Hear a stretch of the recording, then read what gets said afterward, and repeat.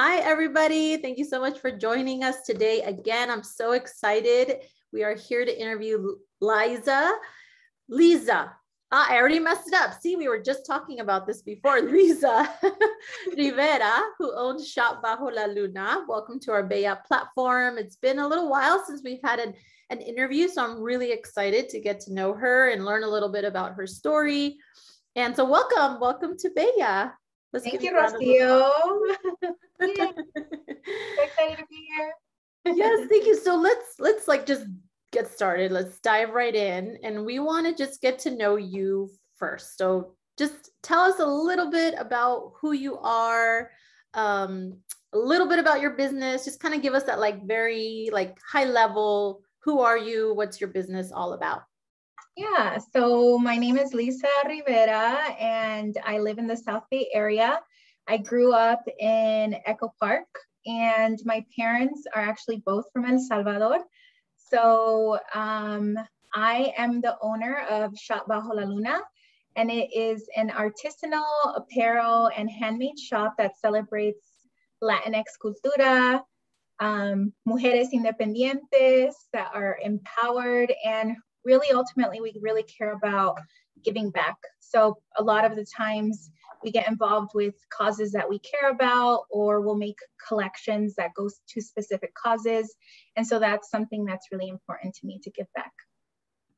That's so great. Thank you for sharing that. I know we're going to dig a lot deeper into all of those things that you just talked about, but tell us a little bit about how you came up with the concept of Shop Bajo la Luna. So I think, you know, when I think of actually just the name of the business, I imagine like I'm strolling down the street, I'm doing all kinds of fun shopping, and like the literally what it says, the Luna is shining bright, and I'm just like feeling so empowered and so good. You know, I have an image of myself just kind of like strutting down the street, you know, when I hear the name of your business, but that's my envisionment. I love that. That's awesome. I love that. I mean, yeah, the Luna represents a lot of like feminine qualities, right? So I think, yeah, you definitely think of I can see why you can think of that, you know, but literally the name actually comes from a Frida Kahlo quote that inspired the name.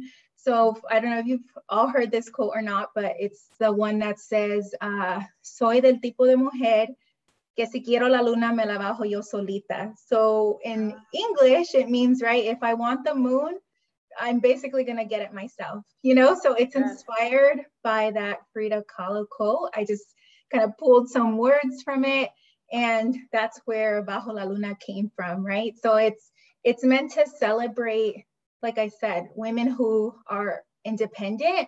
And for me, I think that comes from the way I grew up, because I grew up with a single mother.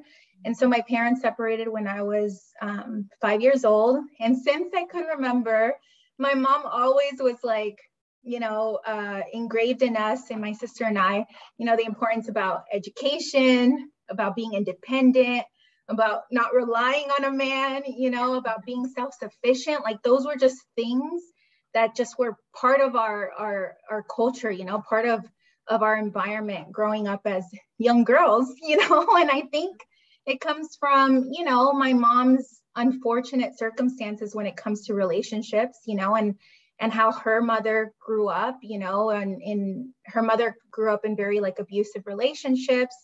And my father was an alcoholic. So, you know, like it comes from that as well. And so I think it's from that. And also when you think about Latina culture, right, not to stereotype, but many times Latinas don't have a voice, you know, in a relationship, and whether that be female on female or man on man with female, traditionally, like women just don't grow up with that voice, you know what I mean? Like usually the man is the breadwinner, the woman stays home and cooks and raises the children. And my mom just never wanted that for us. She became a mother really young. And I think it was just part of like, she didn't want the same mistakes that she had to happen to us, you know? And so I grew up very much, you know, celebrating the idea about being independent. And it's not about being a man hater, like, you know, it has nothing to do with that, but it has to do with the fact that, relationships sometimes die out. Sometimes, you never know what can happen when you're with somebody, and if you solely rely on the income of this person, then what happens to you? You know what I mean? When eventually, your partner passes away, or they find somebody else, or whatever the circumstance, and so you want to be able to really stand on your own 2 feet, and be able to be self-sufficient, have that confidence, and be able to, establish yourself as your own person, as your own. So yeah, that's where the inspiration came behind Shop Bajo la Luna. I think a lot of people probably don't know that. I try to throw it here and there on Instagram, but it's really hard, obviously, unless you're in situations like this, which that's why I think this platform is so amazing, so that people can really know like the nitty gritty of how we come up with things like the name of the business, Yeah, and I think that's one of the beautiful things about entrepreneurship and folks that are starting off, whether it be a part-time or a full-time business, but starting off, it's you have that creative power to be able to say, I'm going to name my business this, and this is why. Like there's a reason behind it. You're not just going like, I'm 123 Market, just because, right? It's not taken, which it might be.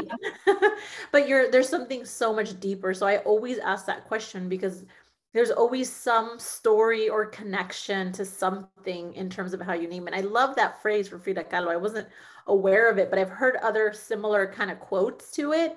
Yeah. And kind of the same thought about my vision when I was imagining myself literally walking, and the Luna's up there and it's dark and I'm kind of like walking around shopping, is like it instills the name, even just instills like that confidence and that empowerment, like you said.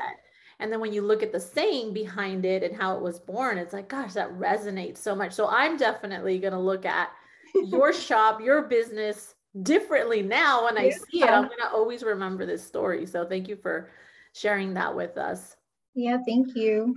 You talked a little bit about growing up and, a lot of the strong, amazing women we've interviewed or we've had the honor to just engage with through Bella. We learn of a lot of hardships that have happened through life and, some that are willing to share it and others that are not, which is completely okay. And we honor that. But if you can share a little bit more in terms of just like the entrepreneurship side of it. So like, did you grow up your mom as an entrepreneur, or like, where do you think your entrepreneurial spirit came from? Kind of looking back, maybe, when you were a child or maybe a teenager or, so jovencita. So I'm not saying that you're old, but, like in your juventud, like, where do you see that maybe there were signs of you ever wanting to, or maybe starting a business?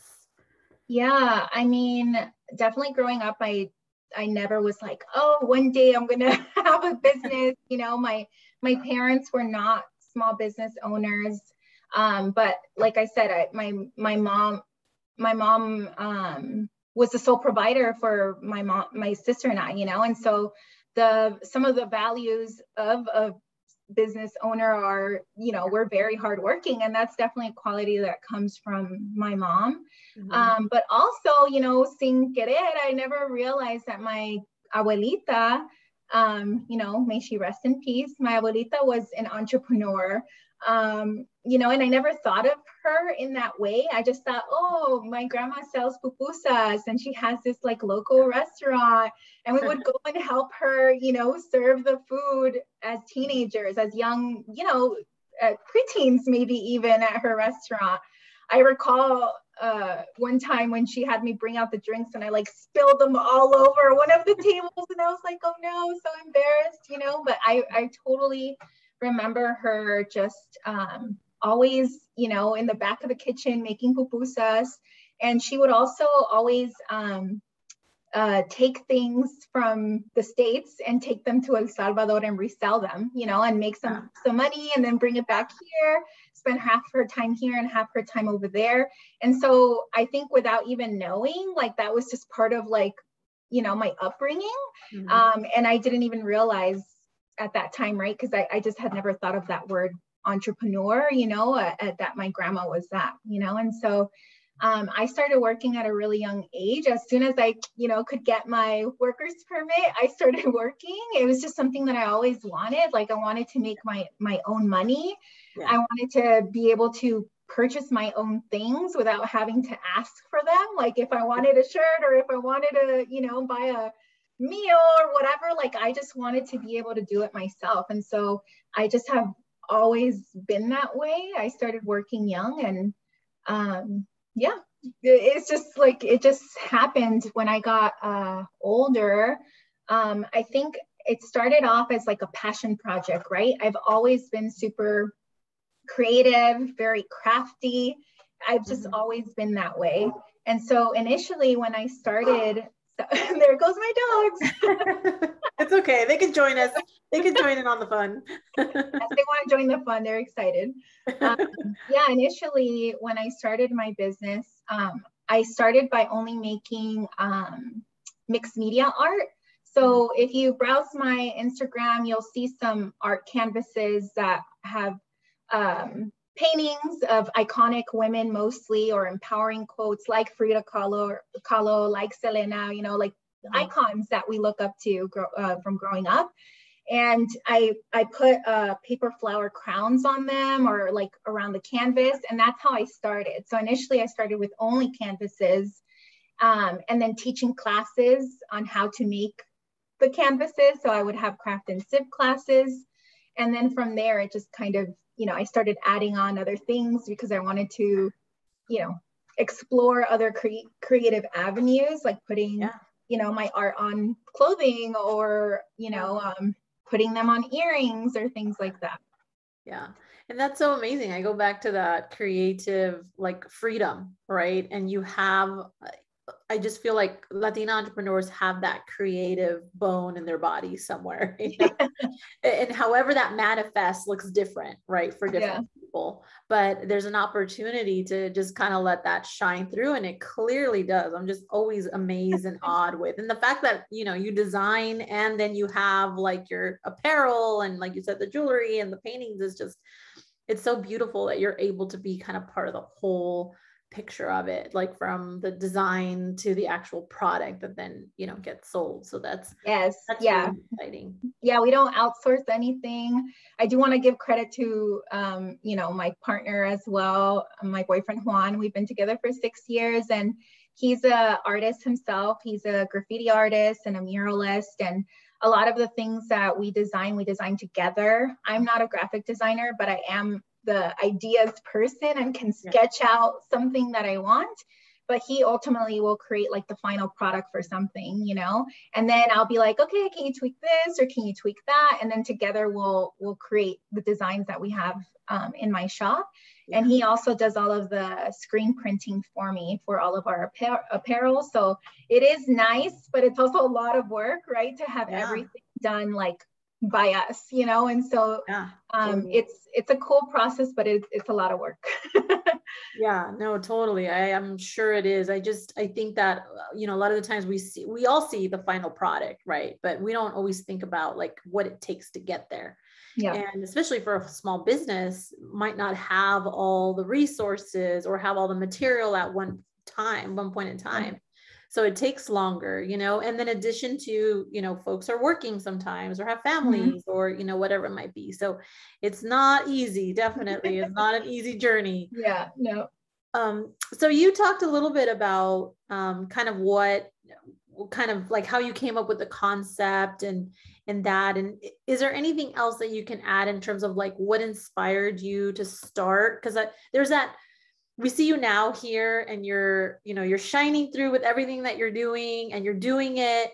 But was there like this period of time where like you questioned, like, can I do this? Like, how do I start doing this? Or like, what did that look like? What did that feel like for you?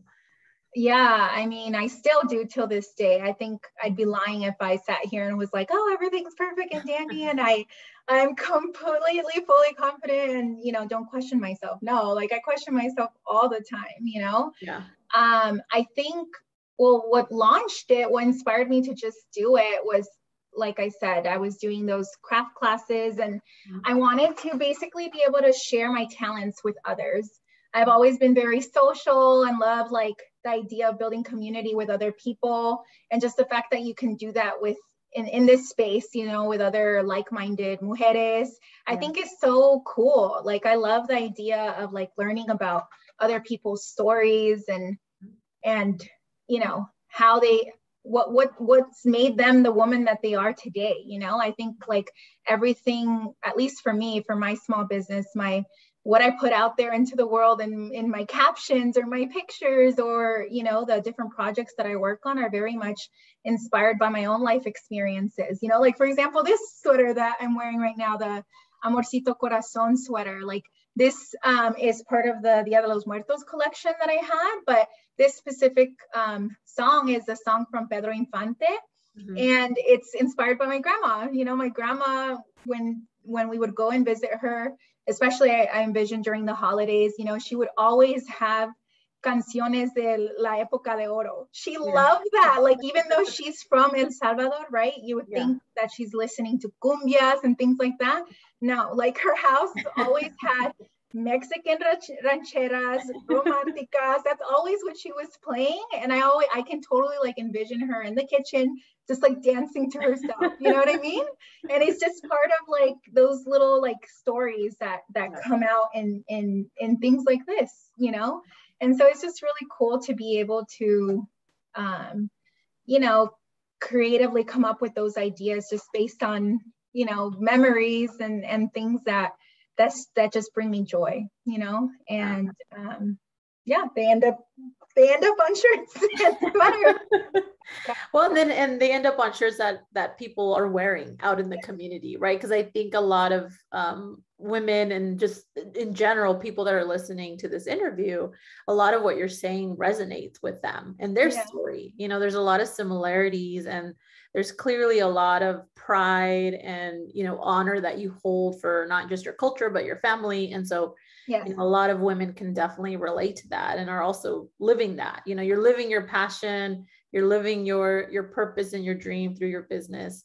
And so, talking about purpose and mission and vision of your dream, can you tell us a little bit more about, you touched on it in the beginning a little bit when you were introducing yourself, but what is kind of the bigger vision or mission of Shop Bajo la Luna? Yeah, I mean, I feel like this past year or so, right, when you launch a business, you don't know what you're doing. You don't. Like, most of the time, you're basically taking a risk, and you're just putting this thing out there even when you're not fully ready, you know? So I feel like the first couple years, because I was, you know, reflecting on this last night, Rocio, because I know I was going to be talking to you, and I was like, when did I start my business? And officially, I started in September of 2019. But like I said, when I started, it wasn't everything that I have now. I started with solely paintings. It was a lot of like iconic women. And also I was doing like a lot of like animals and things like that, and thinking about kids' rooms, like catering to moms and you know, them wanting to have like colorful little animals that they could put in their kids' rooms. Yeah. And when I started, like, I just never thought, you know, it would be where it is now. And I feel like this past year has just really been a trial and error. You know what I mean? Because even though you really love something, doesn't mean that your customer is going to really love it, or you don't know if it's going to resonate, you know what I mean, the way you would want it to. Because for me, right, like I described this whole Amorcito Corazón thing, to me it means, you know, all of these things that bring it, you know, I think about my family, my abuelita, like, you know, experiences in the kitchen together, but is that what somebody else is going to think? I don't know, you know? Mm-hmm. And so I feel like this whole year has been a lot of trial and error, me like trying to figure out like what is my voice, you know, and who do I want to represent as the owner of this shop, you know what I mean? And so right now I feel like I'm just testing a lot of things, but for next year I really want to hone in and actually not have a lot of the product that I'm selling now. Like for example, like the art that I have, I'm only going to solely offer them as classes moving forward, not as like canvases every time I do pop-ups and classes, because like it's too hard to do both. It's very time consuming to make canvases. And, you know, I have a full-time job. So like to have a full-time job and to do all of this, there's just no time. You know what I mean? I can't do it all. And so just things like that, you know, this year I was exploring with a lot of different causes, like specifically the Calvin Preston Foundation I was really involved with this year. Mary, who's the owner of the Calvin Preston Foundation, lost her little boy to cancer when he was 7 years old. And so when he was in the hospital, he saw that there was a huge need from the families that they would be around, like the little kids didn't have toys or they didn't have things, the parents, because a lot of the families were low income in that hospital. And so he asked his mom that he wanted to start giving, you know, to these families. And so the mom decided that she would continue his dream, you know, and started the Calvin Preston Foundation after he passed away. And so she continues to give, you know, money, whether it be food cards or toys or different things like that, to the low-income families who are going through that process of having a child with cancer. And so I met her, you know, all through networking, through relationships on social media, and we just started doing different partnerships together. Yeah. I have a t-shirt that is co-designed by her and I called the Mariposa Tee. And so I have a t-shirt that we co-created together, and $5 from every t-shirt goes to her foundation. Wow. And yeah, it's really beautiful because it's a conversation starter, right? Like somebody sees you wearing that shirt, you're going to ask, oh, what's the Calvin Preston Foundation? And the hopes is that you're bringing awareness, you know, to the foundation and what her mission is. So I hope to do more things like that next year. And I'm just excited about it. Just you know, planning that out and being more intentional about the type of product that I have, the type of causes that I'm being involved with. And it's exciting times. Well, you're definitely an inspiration. I think that having a purpose-driven business that really focuses on social causes and social impact, it just like multiplies the power that you have as a Latina, as an entrepreneur, as a creative, having this, and you choose to get involved in that way and partner up. I think collaboration and partnership is just so key. And again, it's a multiplier, right? You can make such deeper impact. So that's really inspiring to me to hear that. It makes me want to, like, you know, what other kinds of partnerships can I do too? Like and I'm sure I'm not the only one. Like, I think others hearing that and hearing your story could spark some ideas too, and say, hey, I have a business, you know, maybe that's something I can do too and support a cause that I believe in. And so thank you for sharing that with us. I mean, I truly believe that we hold a lot of power, you know what I mean? When we have a small business or when we're online, you know what I mean? Influence in what we're sharing and what we're doing. And I just feel like, why not use your platform for social good? You know, I think that there's enough big corporations out there that don't do it, and they have a lot of money. And so like, I don't know, I just don't believe in that type of same mission about only being all about money and not remembering where our roots started and how we can give back, you know, however that is, whether it's just bringing awareness, whether it's, you know, donating a portion of your funds to X cause or whatever. But I think that, you know, we have a powerful platform to do that. Yeah, totally agree with that. So thinking about your journey so far, and I know there's been challenges, can you share with us maybe some of those challenges, maybe something that's more top of mind or recent even, how you overcame that challenge? And then this is like a multitude of a question, but you know, we can take it in whatever order you want. So what a challenge, how you overcame, and then what kind of advice or consejos you would give to other Latina entrepreneurs that are out there, either already in the trenches or maybe even thinking about starting a business. Yeah. Oh man. Well, yes, challenges, those happen all the time.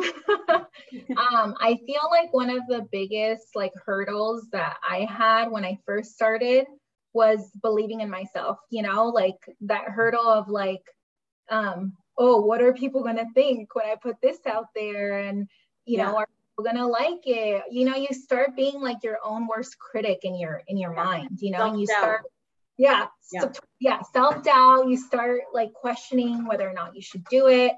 So I struggled with that a lot in the beginning. And then I also struggled with like this idea of perfection, right? Like, oh, but I don't have this and this and this, so I can't do that. You know, like for example, when I first started, I didn't have a website, you know? And so I thought in order to like have your social media to start selling things, I thought you had to have all these things in order, you know? And so it would stop me from really putting myself out there. So that's why when I say that I started in September 2019, yes, I created my account and I put it out there, but really, I wasn't really active, I think, until the pandemic, around during the summer of the pandemic, because before that, there was just a lot of self-doubt, you know what I mean? Yeah. Like a lot of time where I was like, oh, should I be doing this?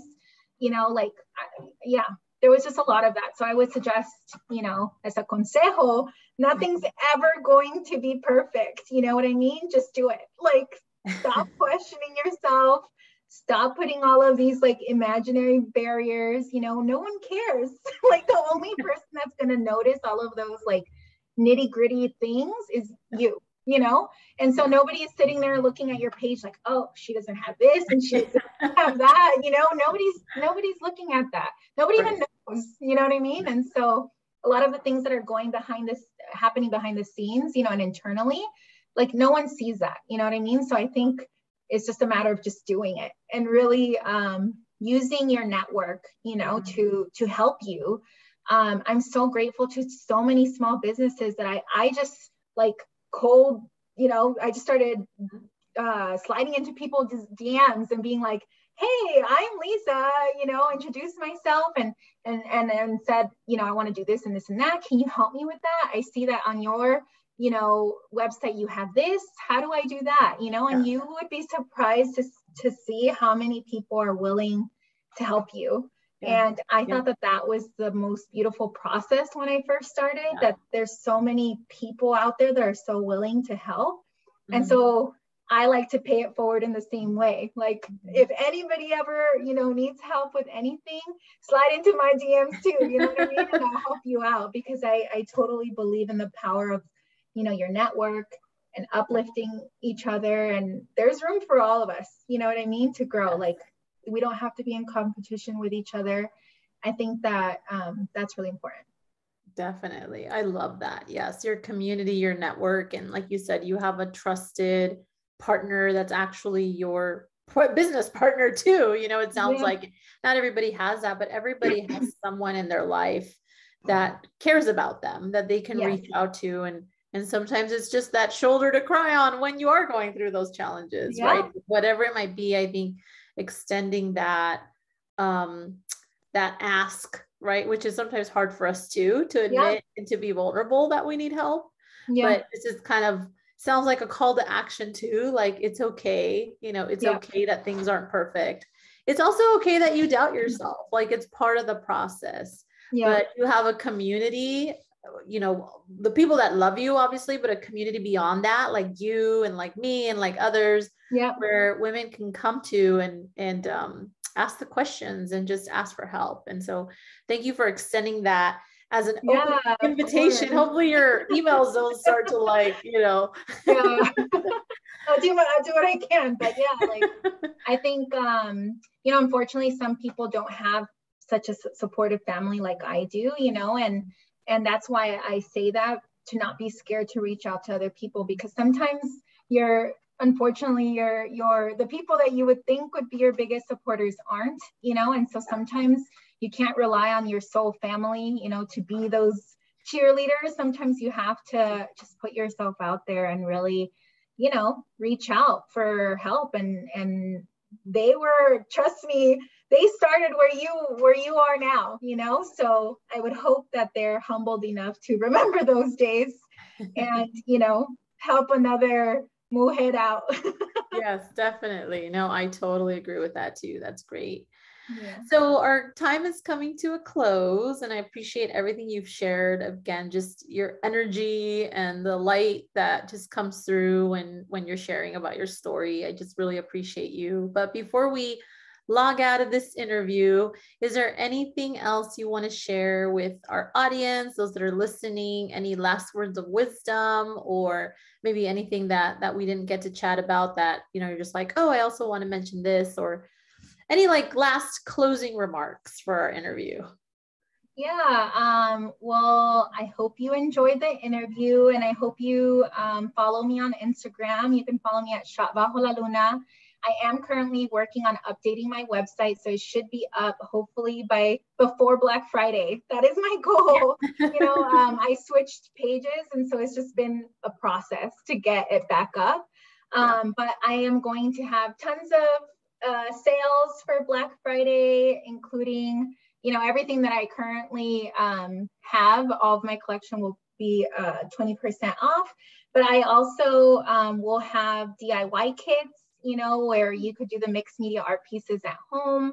I'm also going to have DIY kits for poinsettia, paper flowers, and, you know, just activities basically that you could do with your girlfriends via Zoom or in person. So make sure to check those out, and just follow me to see the changes that are coming up, you know, for next year. Yes, definitely. Well, we definitely will. We'll make sure that this interview, if you're watching it, it's living on our website. And so we have we have the Instagram. We will update it with the website as well. And so Liza, thank you so much for again, just sharing your story, sharing your time with us. I know that you touched a lot of hearts today, and I know folks will continue to support you and follow your journey. We definitely will. You're part of our Bella family now. And so you can always count on us as well. But thank you so much, everybody, for tuning in. And until next time, adelante. Thank you.